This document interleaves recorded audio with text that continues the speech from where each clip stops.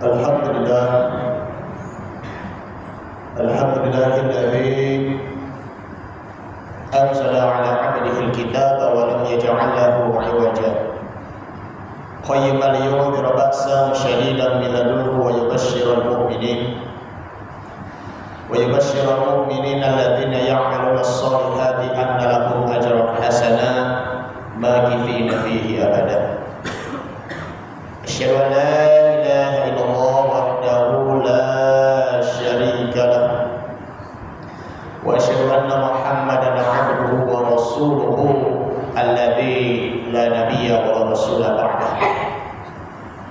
Allahumma shalli wa sallim ala hadzal nabiyil karim habibina wa syafi'ina wa maulana Muhammadin wa ala alihi wa ashabihi ajma'in, amma ba'du. Fa ya ayyuhal hadirun rahimakumullah, ittaqullaha haqqa tuqatih wa la tamutunna illa wa antum muslimun. Qala ta'ala fil Qur'anil Karim wa huwa asdaqul qailin. A'udzu billahi minasyaitonir rajim. Bismillahirrahmanirrahim.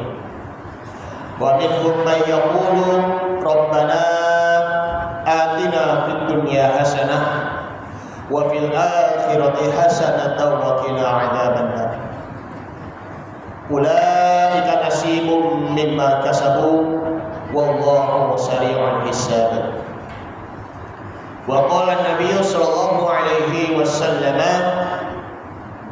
an Aisyah radhiyallahu anha qalat qala Rasulullah sallallahu alaihi wasallam saddidu wa qaribu wa abshiru fa inna la yudkhilul jannata 'amaluhu. Qalu wa la anta ya Rasulullah? Qala wa la ana illa ayyataghmadallahu bimaghfiratin wa rahmah. Rawahu Imam Bukhari wa Muslim. Shadaqallahul azim wa shadaqa rasulul habibul karim wa nahnu ala dzalika minasyahidin wa syakirin walhamdulillahi rabbil alamin. Ma'asyiral muslimin wa zumratal mu'minin, jamaah salat Jumat Masjid Al-Riyadhah, pusat pelatihan olahraga untuk pelajar Pasar Minggu Jakarta Selatan rahimakumullah. Alhamdulillah, pada kesempatan siang hari ini kita sudah memasuki di hari Jumat terakhir di bulan Syawal 1446 Hijriah. Setelah kita melewati momentum Idul Fitri tanggal 1 Syawal, lalu nanti insya Allah pada hari Rabu ataupun Kamis depan akan memasuki bulan Zulqa'dah, karena nantinya di mana jamaah-jamaah haji seluruh dunia termasuk juga di Indonesia akan mempersiapkan diri untuk melakukan ibadah yang sangat berharga momentum baginya, yaitu adalah ibadah haji, untuk menyengaja berkunjung ke Ka'bah, berkunjung ke ziarah ke makam Rasul sallallahu alaihi wasallam di Masjid Nabawi agar mendekatkan diri kepada Allah Subhanahu wa taala. Mudah-mudahan jamaah-jamaah kita maupun juga di seluruh dunia yang menunaikan ibadah haji nantinya insyaallah mabrur, amin ya rabbal alamin. Tidak terasa kita sudah di tanggal 26 Syawal ataupun Jumat terakhir di bulan Syawal ini. Mari kita terus untuk melakukan introspeksi diri kita ataupun kita bermuhasabah diri kita. Setelah itu kita perbaiki kekurangan-kekurangan kita. Kemudian kita kembangkan diri kita, perbaharui iman dan takwa kita kepada Allah Subhanahu wa taala, serta mantapkan iman kita, takwa kita, dan juga jiwa kita agar tauhid kita, akidah kita tetap bertahan hingga hembusan nafas terakhir. Mudah-mudahan kita semuanya mati atau wafat dalam keadaan husnul khotimah dan membawa keimanan. Amin ya rabbal alamin. Karena itu khotib akan menyampaikan wasiat kepada diri pribadi khotib dan umumnya kepada jamaah. Mari sama-sama kita tingkatkan kembali iman dan takwa kita, dan tingkatkan kembali dan terus istiqomah beramal soleh kita, dan juga terus beristiqomah pertahankan sholat kita, dan terus kita jaga kesolehan kita, kesolehan diri sendiri, dan juga kesolehan kepada sesama manusia, dan juga menjaga hubungan baik kita kepada Allah, dan juga menjaga hubungan baik kita kepada sesama manusia, agar senantiasa kita selalu menjalankan perintahnya dan menjauhi segala larangan-larangannya. Ma'asyiral muslimin wa zumratul mu'minin rahimakumullah. Di dalam surah Al-Baqarah, surah yang kedua, ayat yang ke-201, bacaan yang sangat populer bagi kita semuanya ketika kita diakhiri dengan membaca doa Rabbana atina fid dunya hasanah wa fil akhirati hasanah wa qina adzabannar. Ya Allah, ya Tuhan kami, berikanlah kepada kami, datangkanlah kepada kami kebaikan di dunia maupun di akhirat, dan lindungi kami dari siksaan azab api neraka. Imam Mustafa Al-Maraghi di dalam tafsir Al-Maraghi bahwa bacaan tersebut di sini adalah Rabbana atina hayatan thayyibatan fid dunya wal akhirah, ataupun Rabbana atina hayatan mubarakatan fid dunya wal akhirah. Ya Allah, datanglah kepada kami, berilah kepada kami kehidupan yang baik, kehidupan yang berkah di dunia dan di akhirat. Hal ini seorang Abdullah bin Abbas radhiyallahu anhu, beliau adalah sahabat tertua di zaman Rasulullah sallallahu alaihi wasallam. Abdullah bin Abbas ini dia merupakan anak dari Abbas bin Abdul Muthalib. Abbas di sini adalah kakaknya dari bapaknya Nabi Muhammad SAW, yakni adalah Abdul Muthalib. Jadi Abbas itu merupakan sepupunya Muhammad bin Abdullah Sallallahu Alaihi Wasallam. Abbas saudaranya Abdullah, sepupunya Abdullah bin Abdul Muthalib. Ketika Ibnu Abbas dia ditanya oleh salah seorang tabi'in. Tabi'in di sini merupakan pengikutnya para sahabat. Ibnu Abbas ditanya mengenai tentang ayat ini, yakni adalah fid dunya hasanah, kebaikan di dunia. Kebaikan di dunia menurut Ibnu Abbas ada 7 indikator. Yang pertama adalah qalbun syakirun. Qalbun syakirun adalah orang yang selalu bersyukur di dalam hati. Hatinya selalu bersyukur kepada Allah Subhanahu wa taala dengan dia menerima karunia-Nya dari Allah Subhanahu wa taala, disertai dengan berhusnuzon ataupun berprasangka baik kepada Allah Subhanahu wa taala. Kita kalau diberi karunia oleh Allah Subhanahu wa taala, mohon maaf terkadang hati kita masih diisi ada rasa su'uzon yang berprasangka buruk kepada Allah Subhanahu wa taala, dalam hal ini takdir. Kalau Allah Subhanahu wa taala memberikan kebahagiaan kepada kita, mestinya kita bersyukur. Bahkan ketika Allah Subhanahu wa taala memberikan ujian kepada kita, mestinya kita ridho dan juga kita tetap berprasangka baik, berhusnuzon kepada Allah Subhanahu wa taala.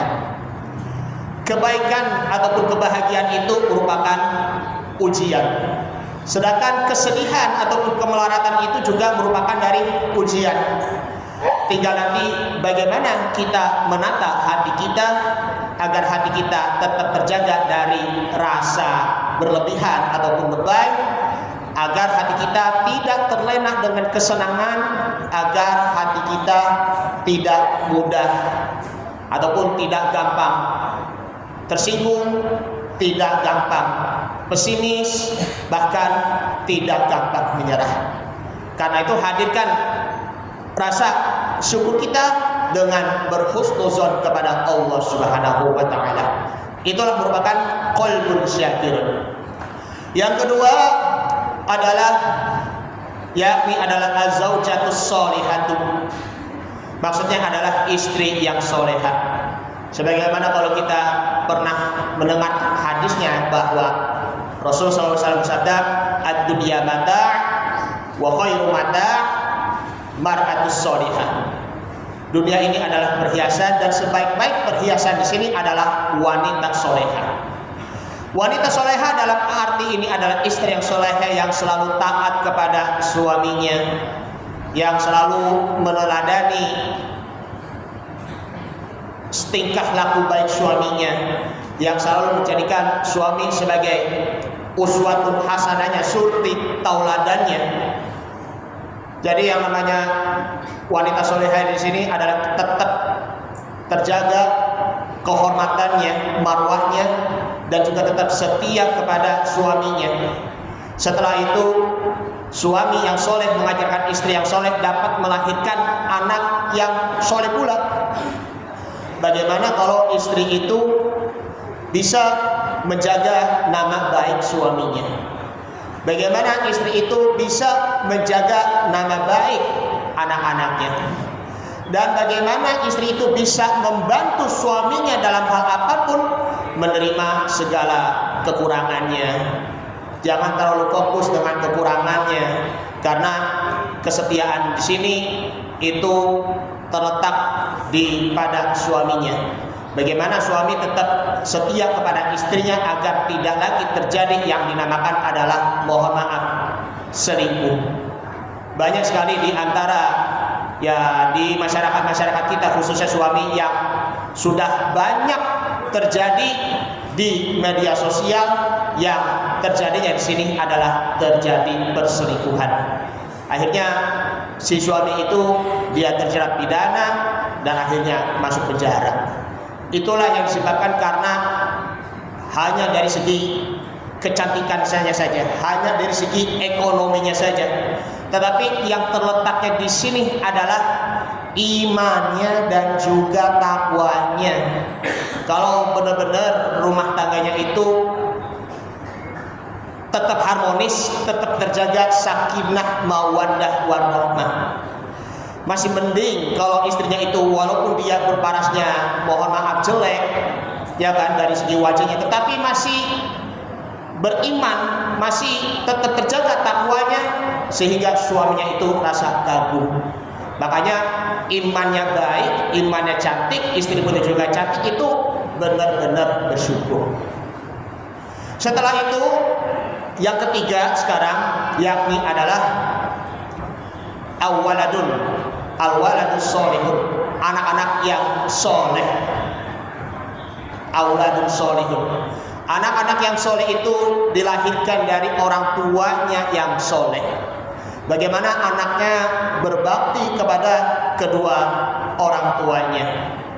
Karena di sini ada nilai birrul walidaini ihsanan, berbakti kepada orang tua yang tidak ada balasan darinya. Kalau yang namanya berbakti kepada orang tua di sini adalah jangan terlalu manja dengan kehidupan yang mewah. sehingga anak itu pun tidak bisa hidup mandiri, hanya menikmati kekayaan orang tuanya saja sehingga tidak pernah bekerja keras. Orang tuanya kerja keras, tetapi anaknya itu pun hanya menikmati hasil kekayaannya saja, menikmati dari segi mobilnya, dari segi rumahnya, dan lain sebagainya. Anak mau dibeliin motor sama orang tua, anak mau dibeliin HP ataupun Android sama orang tua. Kalau tidak mau dibeliin, maka otomatis itu akan menjadi marah. Terjadi lagi kan di media sosial yang viral, Masya Allah. Coba bayangkan kisahnya ketika ada salah seorang anak muda yang berasal dari Yaman. Dia itu anak Yaman, pemuda Yaman itu yang pundaknya lecet,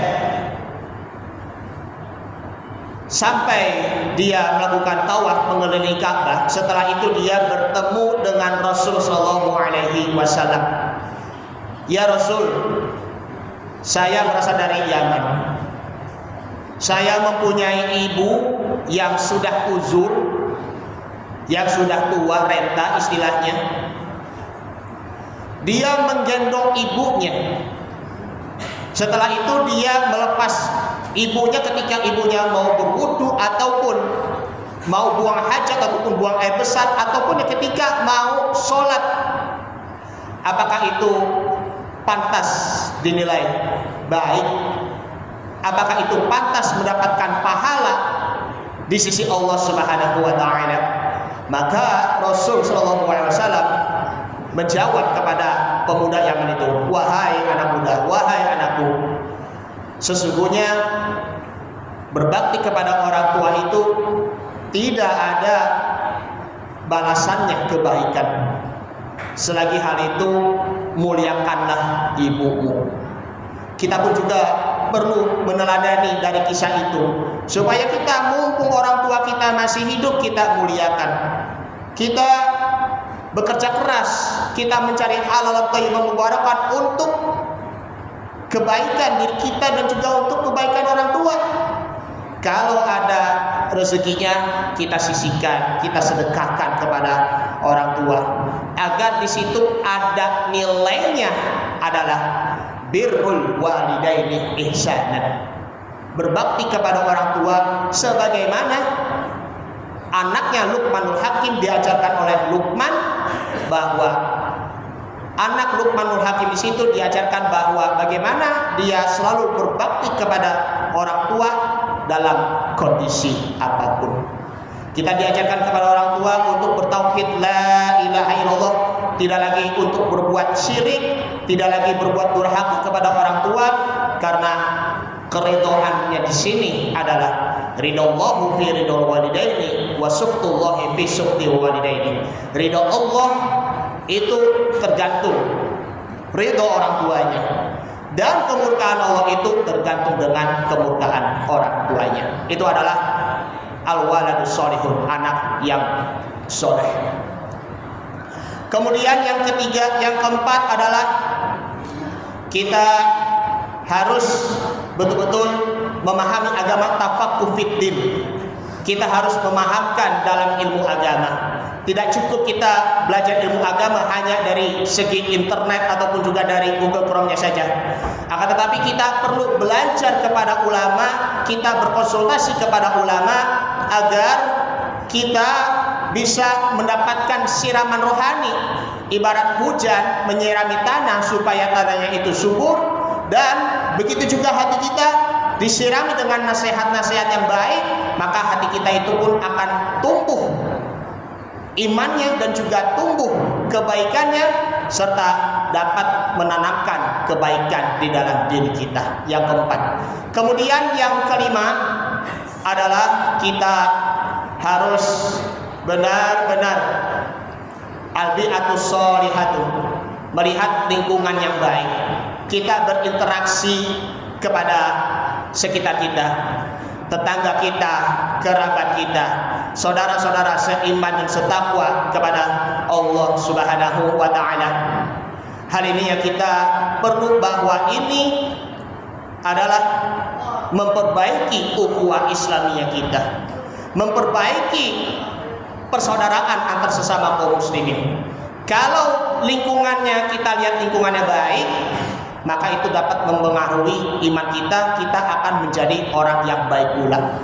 Mohon maaf kalau ada lingkungannya yang diisinya di sini adalah ahli maksiat yang biasanya suka bermain judi ataupun minuman khamr ataupun yang melakukan hal-hal maksiat yang lainnya, termasuk juga mohon maaf melakukan tindakan-tindakan kriminal yang lainnya, maka sebaiknya kita tinggalkan lingkungan yang buruk. Carilah teman-teman yang soleh, carilah teman yang bisa mendoakan kita, dan carilah teman yang bisa menghargai kita agar dapat mempererat tali persahabatan.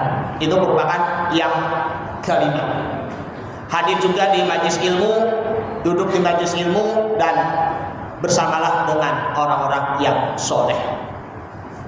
Kemudian yang keenam adalah kita harus benar-benar untuk melihat sisa umur kita, umur yang berkah ini. Jangan sampai kita berpikir di waktu muda kita bersenang-senang dulu, nanti kalau pas sudah tua barulah kita taat. Jangan sia-siakan umur kita hanya untuk bermaksiat kepada Allah Subhanahu wa taala. Tetapi sisa umur kita juga harus benar-benar kita lakukan untuk taat kepada Allah Subhanahu wa taala. Di waktu muda kita taat, di waktu tuanya itu pun juga taat dan sering mengisi ibadah kita kepada Allah Subhanahu wa taala. Kemudian yang ketujuh di sini adalah kita mendoakan kepada kaum muslimin agar kita saling mendoakan panjang umur dan juga sehat selalu, dan kita semuanya ingin mendapatkan pahala kebaikan di dunia dan di akhirat. Itulah merupakan 7 indikator kebaikan di dunia. Bagaimana dengan di akhirat? Maka di dalam hadis Nabi Muhammad SAW bahwa di dalam hadis dari riwayat Aisyah, yakni adalah saddidu wa qaribu wa abshiru. Beristiqomalah kalian di atas sunnah Nabi Muhammad SAW, dan dekatkanlah kepada Allah Subhanahu wa taala, dan berilah kabar gembira. Fa innahu la yudkhilul jannata amaluhu. Sesungguhnya kalian tidak akan masuk surga beserta amalan-amalannya. Maka para sahabat bertanya, qalu wala anta ya Rasulullah? Begitu juga engkau wahai Rasulullah? Rasul bersabda, qala wala ana illa ayataqabbadanillahu bi maghfirati wa rahmah. Sesungguhnya aku tidak akan masuk surga kecuali akan dilipat gandakan, akan didapatkan, yaitu adalah ampunan dan rahmat Allah. Semua amal soleh kita selama hidup kita tidak hanya kita akan mendapatkan surganya saja, akan tetapi mendapatkan ampunan, rahmat dan karunia Allah Subhanahu wa taala. Ma'asyiral muslimin wa subhanallahi mu'minin rahimakumullah. Dari penjelasan-penjelasan di atas bahwa kebaikan di dunia maupun juga di akhirat kita perlu kejar. Bagaimana caranya? Tidak perlu kita kejar duniawi, akan tetapi kita kejar akhirat. Kejarlah akhirat, maka dunia pun akan dapat. Kejarlah ridha Allah Subhanahu wa taala, maka otomatis kita akan meraih ridha Allah di dunia dan di akhirat. Amin ya rabbal alamin. Ini saja yang disampaikan, mudah-mudahan bermanfaat. Barakallahu wa lakum fil Qur'anil Karim wa nafa'ani wa iyyakum fihi minal ayati wa dzikril hakim. Wa taqabbala minni wa minkum tilawatahu innahu huwas samiul alim. Aqulu qouli hadza wa astaghfirullahal azim li wa lakum wa lisairil muslimina wal muslimat wal mu'minina wal mu'minat fastaghfiruhu innahu huwal ghafurur rahim.